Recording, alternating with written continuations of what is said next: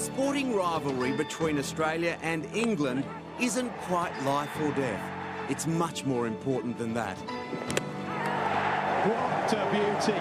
We've seen it this week at the World Cup of Cricket. And the fireworks show what it means to this country.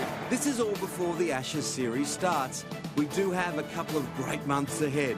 Meanwhile, the Ashes battle is on in earnest in the women's game. It's in the air and gone. The worst possible start for England, the best possible start for Australia. It's calculated differently to the men, a points-based system over 3 forms of the game, the upcoming one-off test, 3 T20s and the 3 one-dayers where the Australians had a clean sweep.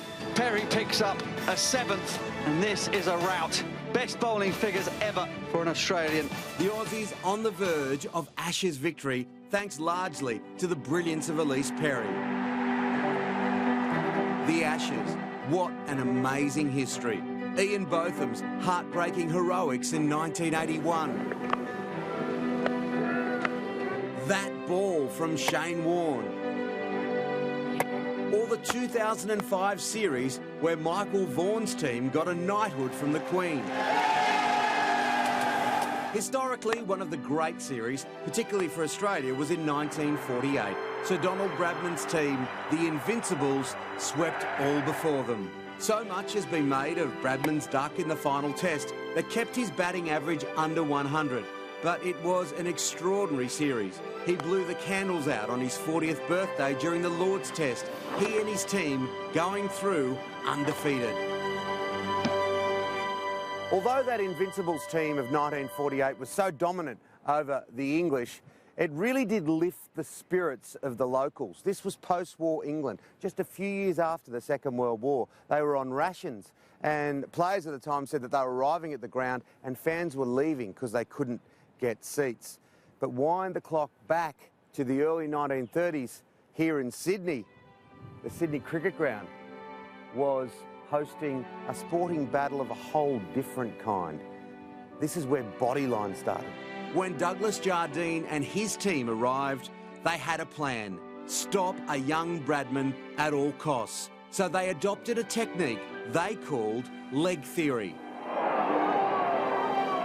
Basically, with the help of the great Harold Larwood and his fellow speedsters, they tried to knock the Aussies out.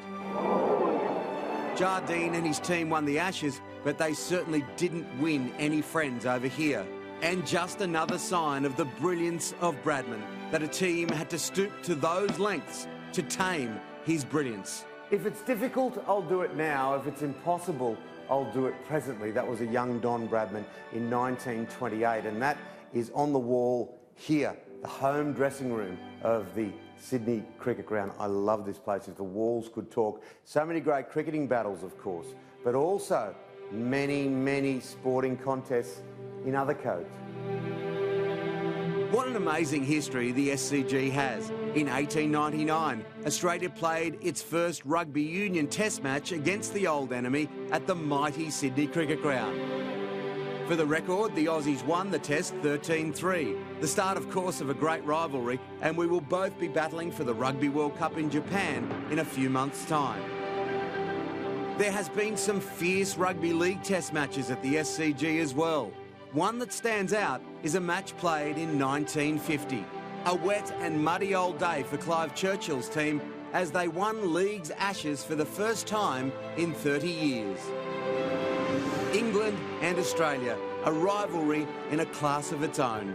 Whether it be banter in the workplace or the front bar at the local pub, it's just great sport.